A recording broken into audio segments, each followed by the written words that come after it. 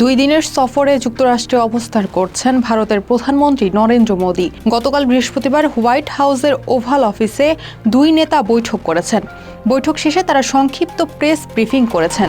দ্বিপক্ষীয় বৈঠকে আলোচনার কেন্দ্রে ছিল বাণিজ্য।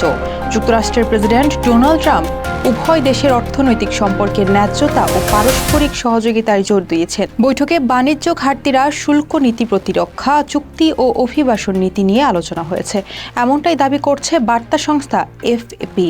বার্তা সংস্থা রয়টার্স বলছে, বৈঠকে ভারতকে F-35 যুদ্ধ বিমান বিক্রির প্রস্তাবও দিয়েছেন ট্রাম্প এবং পাশাপাশি দুই দেশের মধ্যে একটি লাভজনক বাণিজ্য চুক্তি স্বাক্ষরিত হওয়ার আশা প্রকাশ করছেন তিনি। ভারতীয় সময় শুক্রবার সকালে ডোনাল্ড ট্রাম্পের সঙ্গে নরেন্দ্র মোদীর বৈঠক হয়। হোয়াইট হাউসের ওভাল অফিসে বন্ধু নরেন্দ্র মোদীকে আলিঙ্গন করে অভ্যর্থনা জানান ট্রাম্প। তারপর বৈঠক শুরু হয়। সেই বৈঠকে ঠিক হয় দুই দেশের মধ্যে বাণিজ্যের পরিমাণ কতটা বাড়বে। 2030-এর মধ্যে তা $50,000 কোটি নিয়ে যাওয়া হবে। ভারতকে F-35 স্টিলথ যুদ্ধ বিমান দেওয়া হবে। প্রতিরক্ষা সহযোগিতা ফ্রেমওয়ার্ক তৈরি করা হবে। মুম্বাই হামলার পরিকল্পনার পিছনে থাকা সন্ত্রাসী তাহাবুর রানাকে ভারতের হাতে তুলে দেওয়া হবে। ভারতে অবৈধভাবে ঢোকা সব অভিবাসীকে ফেরত নেবে।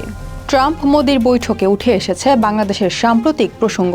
বৈঠক শেষে আয়োজিত যৌথ সাংবাদিক সম্মেলনে প্রশ্ন করা হয় বাংলাদেশ নিয়ে। এক ভারতীয় সাংবাদিক বাংলাদেশের বিষয়ে ট্রাম্পের অভিমত জানতে চান।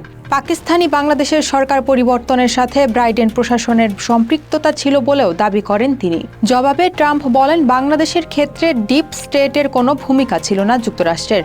এটা এমন একটি বিষয় যেটা নিয়ে প্রধানমন্ত্রী মোদী দীর্ঘদিন ধরে কাজ করছেন এবং শত শত বছর ধরে এই বিষয়টি নিয়ে কাজ চলছে।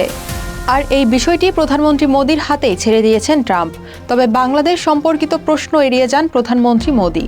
দুই দিনের যুক্তরাষ্ট্র সফরে আছেন মোদী। এমন এক সময় তিনি যুক্তরাষ্ট্র সফর করছেন যখন মার্কিন প্রেসিডেন্ট ট্রাম্প তার দেশের বাণিজ্যিক অংশীদারের বিরুদ্ধে পারস্পরিক শুল্ক আরোপের আদেশ দিয়েছেন।